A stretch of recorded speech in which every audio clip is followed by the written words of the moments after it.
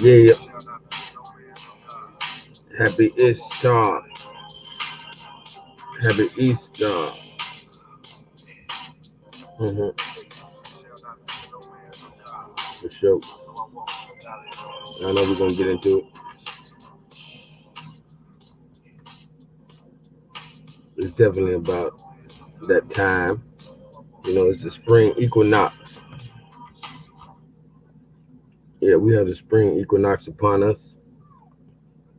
So of course, the crown jewel of the beginning of the spring equinox is Easter. Mm. Hold on. Yeah, you know, it's Easter, so we're gonna see what that's all about. Because, like as I say right here, the is really all about Ishtar. When we saying Easter, Easter, we is really referring back to Ishtar. And like I say right here, the egg of Ishtar, because we're talking about a woman, we're talking about a creatress, a mother goddess, huh? The feminine, if I must say it like that. But of course, the mother has eggs, you know, and the eggs of Ishtar were used to resurrect Tammuz. Tammuz is the ancient Christ, yeah, or the ancient Messiah. Peace, peace. Yeah, so Ishtar and Tammuz is essentially the Isis and the horror story all over again. Because Ishtar, as I'm going to show you, Ishtar is Isis, Astarte in Chaldea, or in Assyria, I mean. Ishtar is a name in Chaldea. One second. Is this it? Yeah. No, that ain't it.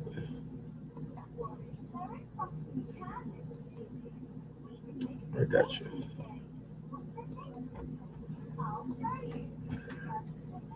One second, family.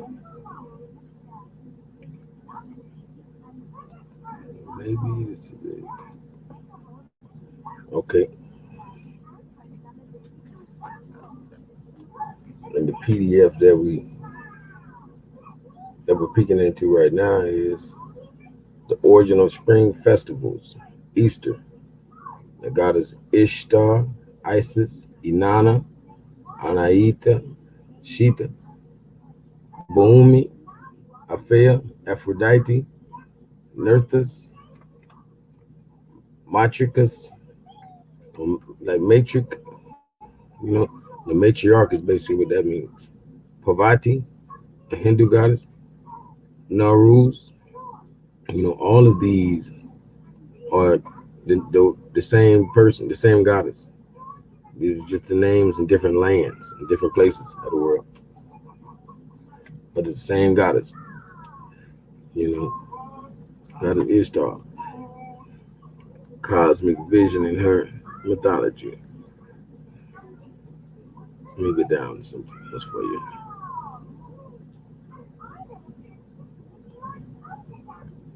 Early civilization and spring festival. The idea of spring festivity is rooted from the days when humans settled down as the agriculturists from hunter-gathering phase of nomadic existence. Mm. So that pretty much is showing you that a Canaanite or a descendant of Cain should have been held in higher regard than an Adamite or Edomite, because Adam, for some reason, was so highly favored by God, and he was a shepherd. He herded the animals and the goats, you know, the sheep or whatever, the meat, so to speak, like hunter gatherers would. And Cain was an agriculturist. And right here, these people were first hunter gatherers and then grew into, you know, they basically evolved into agriculturalists. As they're saying right here, when humans settled down as agriculturists from hunter gathering phase of nomadic existence.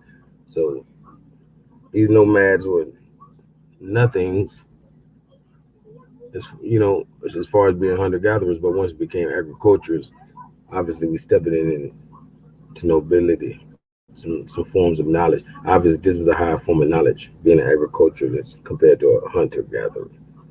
Killing and eating your meat in comparison to growing it from the earth.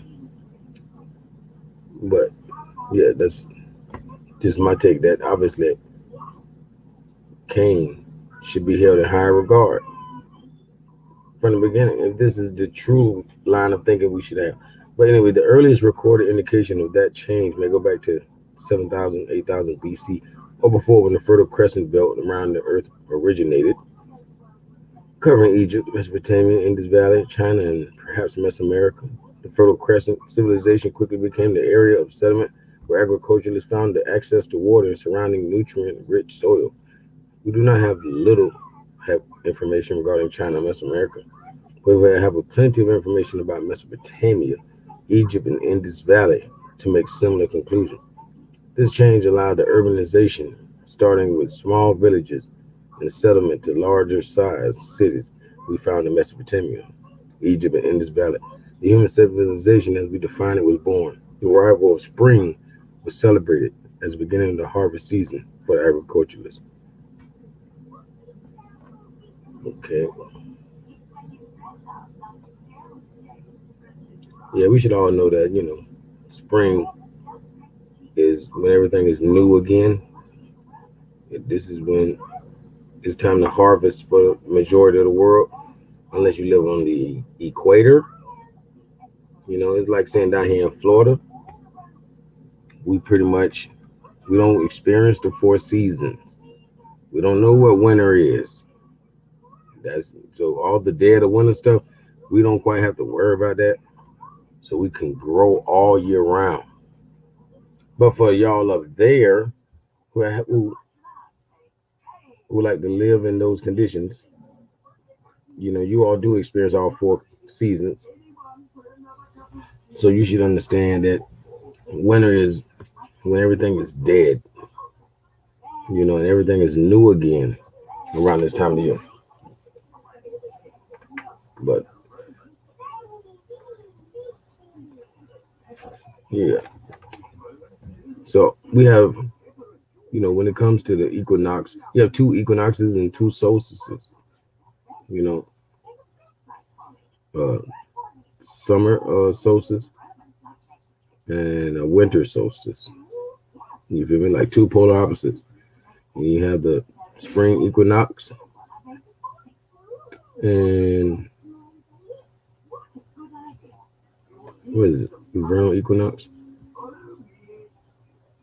Similarly, solstice is an astronomical event that occurs twice each year as the sun reaches its highest or lowest excursion relative to the celestial equator on the celestial sphere. In many cultures, the solstice is marked the midpoint of winter and summer. The word solstice is similarly derived from the Latin word sol, which, for sun or light. Sanskrit, mithra, and Latin, sister, to stand still. Sanskrit, stita. Sun stands still in declination. That is, the seasonal movement of the sun's path as seen from Earth. Come to a stop before reversing direction. See various maps below. But if you're living on the equator, we don't even have to experience. We don't experience all that. So I feel like South America is way more accommodating to us darker skinned people. And I don't know why we living in the cold regions. It's like saying y'all live in Europe. I don't get it. Y'all in North America, yeah. But at least I'm down here and Italy, and I could see Africa across the street. I'm just saying, if we in Europe, because that's essentially what North America is the comparison to. Is this part of the world's Europe? So that's where we stand. And I suggest we get out those freezing climates. They can have it. Yeah, we know. All the world is out. We got to give them something, or it's gonna be hell. So give them the cold area. Let's get where we belong. But back to Ishtar. Like I said, Ishtar, Isis, Inanna.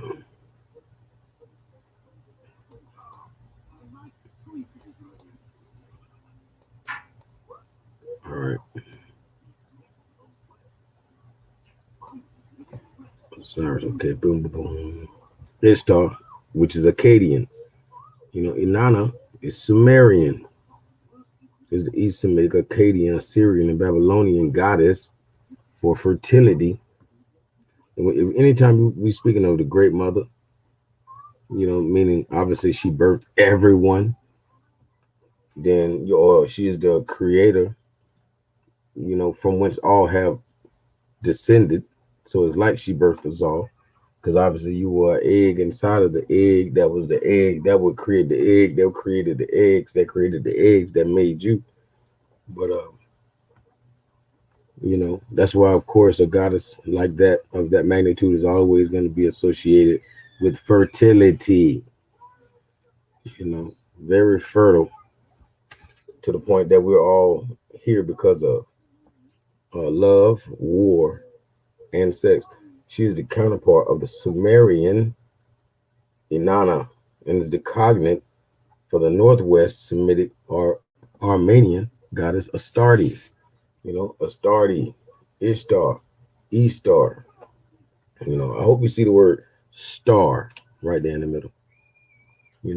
But it also is Ster, stir, still means star. Stir. Ea. We're gonna,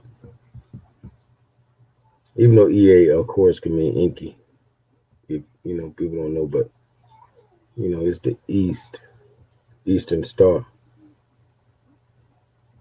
And that's what Easter means, or Ishtar. So they're all one and the same. And like I say, she's essentially Isis. Like they say, Isis is the prototype to Ishtar. Proto meaning before. Uh, this is the same type of goddess before Ishtar. That would be Isis. You know, when one examines closely, every major civilization of past had similar or derivative names, but it meant the same thing. The humans celebrated the arrival of spring as new harvesting season, celebration of the warmer productive days when the life comes out of hibernation and reproductive cycles begin.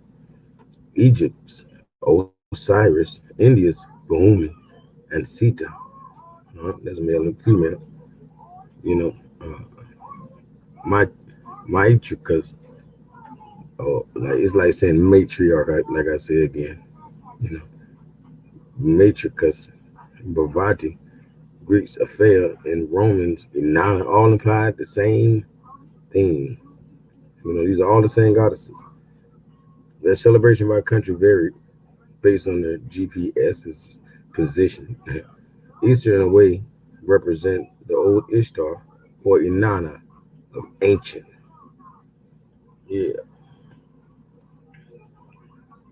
So under Mesopotamian mythology, first Ishtar was the goddess of love, war, fertility, and sexuality. So it's like when people say, these are just titles, more titles to be earned, and and people are like should be judged by their deeds. That's how you know what you're really dealing with and who you're dealing with. Because it's not a trillion souls, most likely. It's the same, however many billion, maybe 100 billion, maybe 50 billion. Just keep getting recycled. You know, some got to sit the bench and wait their turn until the world is plentiful enough. But regardless, you know, When you judge them by their deeds, you'll see who came back. So these goddesses are the same goddesses. You know, Ishtar was the daughter of Ninurta. She was particularly worshipped in northern Mesopotamia as the Assyrian cities of Nineveh, Asher, and Erbil. Besides the lions on her gate, her symbol is an eight-pointed star, a rainbow spiral of rituals on the eighth rayed star of the goddess Ishtar was used by ancient civilization and stargazers Shramana to find the relationship the human self to supreme creator. The enlarged view is repeated at the front to expand understanding. Yeah, obviously we've all seen this image of Ishtar subduing the two lions. That's why they say her, her artwork will, or anytime the symbology is two lions at the front gate, that is symbolic of Ishtar. Yep. And like I say, the ancient Tammuz was the first Messiah that the world truly worshiped way before Jesus.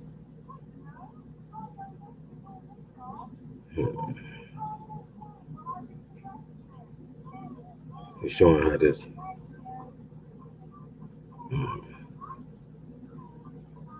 showing how this eight-pointed star is also represented by these eight gods, which seem to be manifestations of just two different, male and female, but in their other forms, like Osiris and Ra, you know, or you could say two male and two female, because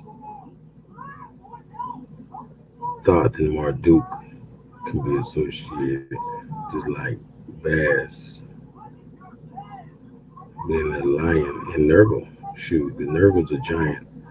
Cat also, and Ishtar and Isis, of course. Yeah, because they're the same.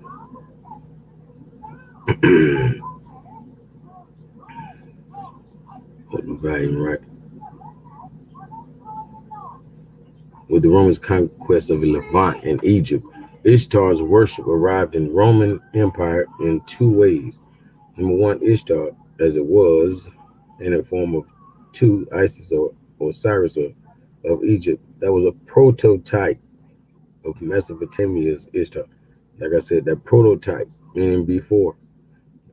That means Isis was the type before Ishtar, but they are the same. It's the same. The first reference of celebration of spring is found in Roman poet Ovid's diary and books. Ovid was exiled for getting something written that Roman emperor did not like, and he was banished from the empire to the remote outpost that is presently called Odessa in Ukraine. And we have Odessa everywhere, especially now here in Florida, we have one. And that is basically, now that I see, it's somewhere to be banished because it's like the middle of nowhere, pretty much. Every time. It's always very dry country whenever you see in Odessa. But Ovid, the name of this guy, he must have been a black Ovid, because Ovid means sheep. He must have been a black sheep. He was exiled for getting something written that the Roman emperor didn't like. And Ovid's work was called Fasti. Fasti is the original work written in the poetic form. Ovid was responsible for formulation of the earliest classical calendrical poem. Sounds like right now almost to me like if I just came up with a medical book and told people to fast, I'd probably get crucified, on the scholastic level, because they would hate that. That's the cure for real. Is definitely the cure, the fasting. But never have a water fast.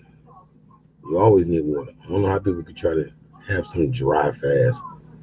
Like water is not the most important thing in the world. They're crazy. But yeah. Happy Ishtar. Happy Easter. And Semiramis. which is a predecessor to Ishtar, which they are the same. For ancient Greeks and Arameans, Semiramis was the legendary queen of King Ninus, not attested in record Assyrian king list. He had assumed himself to be a god in divine status. Semiramis succeeded him as a regent for their infant son. After he was wounded at a battle in Balkh and died, she succeeded him to the throne of Assyria. Semiramis also deified herself at Babylon by naming herself as incarnation of Ishtar, goddess of heaven from Mesopotamian days. She named her as Ishtar of Babylon. And true to her legend, she won many battles described by Diodorus.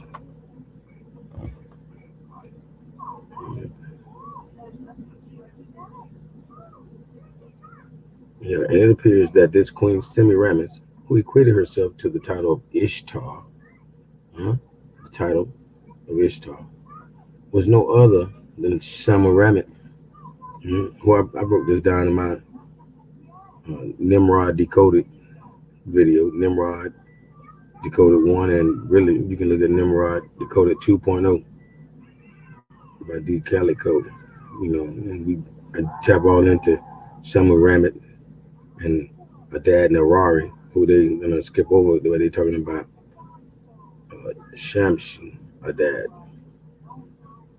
We'll get into all that and see why D Calico break it down the way he do. But anyway, Semiramis is probably known, acted as a regent for her younger son and successor of dead Shamshi Adad the fifth. During their rule, they conquered most of Asia from Mesopotamia, Egypt, and up to Persia. Yeah, we are the Asiatics. All that land was conquered by these emperors. Semiramis in India.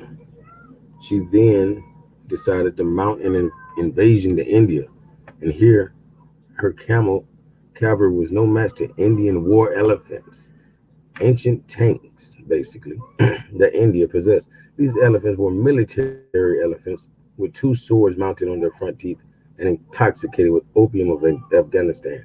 They came down like a crusher to their opponents. The Ikshvaku, ruler of India, who was Rama's descendant, according to genealogy of Vedic kings, was Sunashrata, the eighth predecessor of King Presenjit of Kashula or Kaushala kingdom. Presenjit was the father-in-law of 24th Tirthankara, Mahavira's father. The Ishvaku King Sunaskrata led the charge against Assyrians. Greek sources called him as King Strabobaites of India. This was the only war Semiramis lost ever, and that was with the Indians, and she never tried again. Greek sources mentioned above describe the battle that took place in Punjab, but I don't think they had any precise knowledge of geography. Yeah, the camel cavalry of Babylon headed westward, home after seeing charging giant elephants. The camels created some dust to blind the elephant, but the elephants were shielded. The defeat was secured, and Semiramis never tried again. Yeah, it's not a god or goddess that if you really study in history, even Yahweh, there's not a god that has never lost a battle because the the god of the Canaanites beat Yahweh in battle, and he retreated. And that's in the Bible. Every God that we've ever studied, if you ever studied, they've lost a battle. You can't run in everybody's house. Some people, everybody pretty much got home field advantage. So don't come with that smack. That's why everybody say pull up. Everybody don't say drop the addy, because they ain't gonna just pull up on you when you ready to, you know. Hey. Happy Ishtar, happy Easter. And for her achievement, Semiramis was personified in the coat of mother and child. That stapled her to the same images you've seen before and after her. You know, it's not what you do, it's how you do it. So that they seen the God in her, the goddess in her, the resurrection of the goddess before her return. So they honor her in that way. Like the word worship means worthy, and we don't like honoring people, but we we need to realize who needs to be honored, who deserves to be honored. The men and the women that do deserve to be honored. And we ain't talking about just famous people, just regular good mothers or fathers.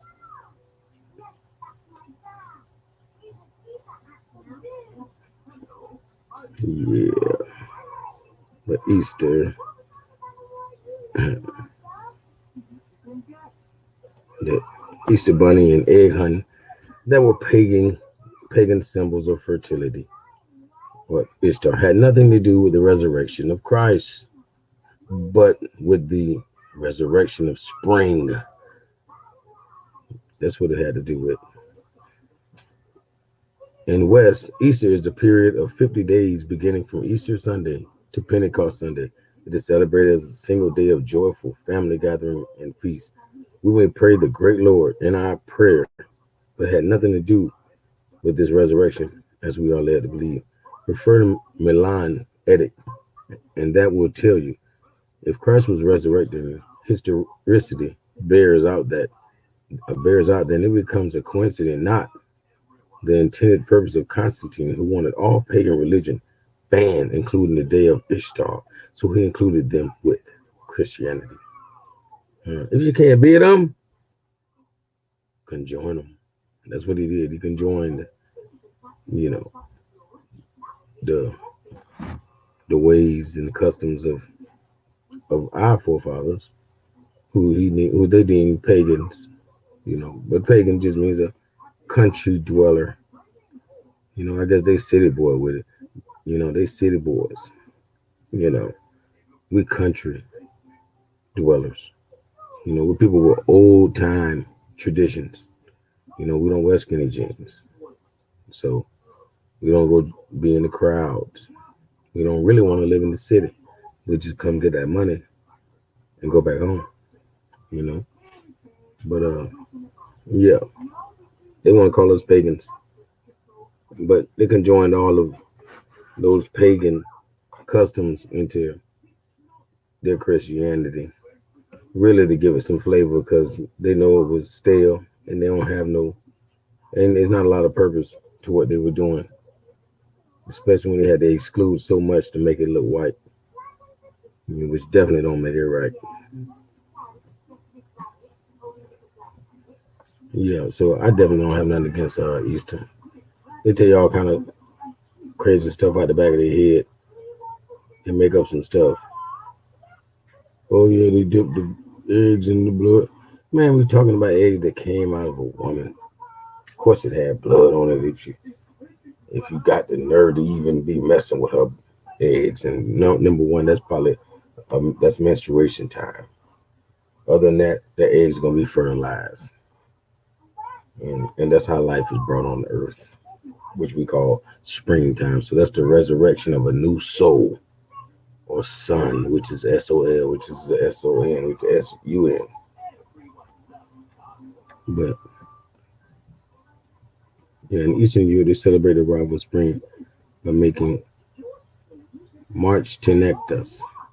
I guess that's why this is last month was it's the month of March. You know, March Tenectus,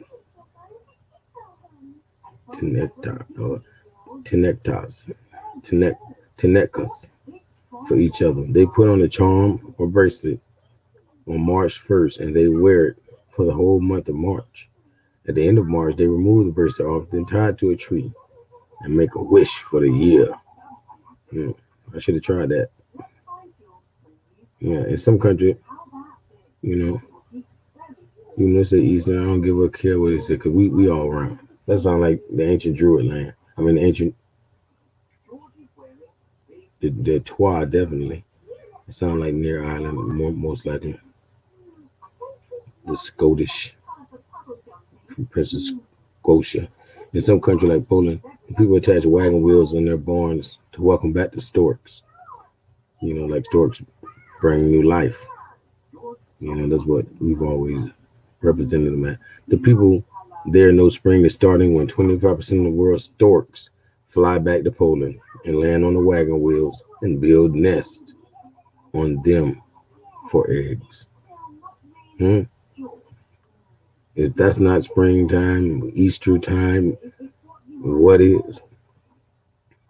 Again, same concept for arrival of spring applies to fertility, joy, and blissfulness.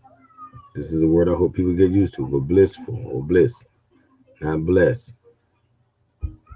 Although vowels are interchangeable, it's the root or it's the etymon because they bless comes from blazing. You know, it don't come from the same root as bliss does. You know, blazing mean like bleeding. It means blood. But of course, blissful means true joy and happiness. But in China, they also celebrate the coming of spring, but they do it earlier at the end of January. Because, like I say, over here, we closer to the equator, so they're probably just going off our time, and they're like, "Hey, January, New Year," because the sun is popping down here. Y'all up north, the sun is stopping. It ain't popping. What I'm saying, they celebrated with the Spring Festival, which is the most significant festival in the country. During the festival, many family members gather together and have reunion dinners, as well as setting off fireworks with visiting neighbors and friends. Okay, okay, yeah, but yeah, Ishtar, happy Ishtar, happy Easter.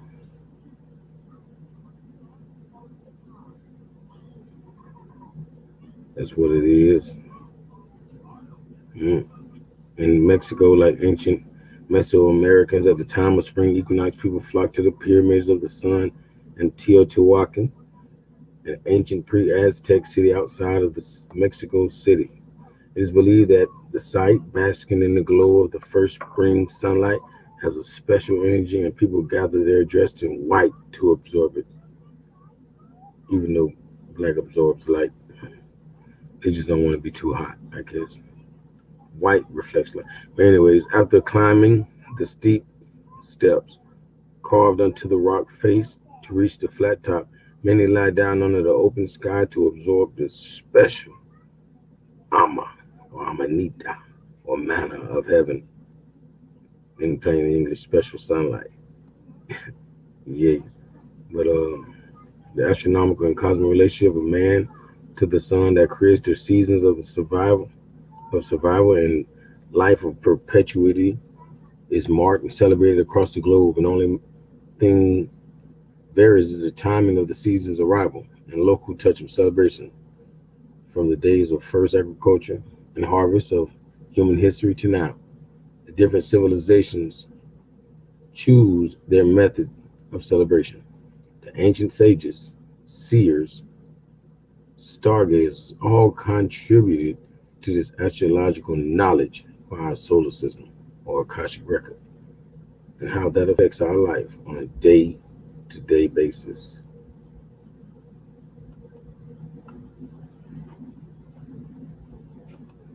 Yo, got my boys in the house all the way from the UK. Yeah, y'all saw, I was kind of getting it in, so I couldn't quite see the comments. I sure appreciate y'all. You know, my brother them been following me on all our platforms. You feel me? So when y'all see the UK, to my Crumb TV affiliates on Taz and Crumb, and anytime y'all see the UK in the building, then my boys, you feel me? They rocking with us. Got my boy Rael in the building. As always, peace God. I got the Empress in the house. If I'd have known she was up, y'all know this would have been the Calico and y'all seen his show. For real, for real. But yeah, it's definitely a pleasure. I hope y'all hit that like button for me. You know, nothing major to ask, just to help it spread. Maybe share it on whatever platform you choose. But yeah, this is a happy Ishtar or happy Easter, and I wish a happy day to y'all today and every day. So peace to the gods.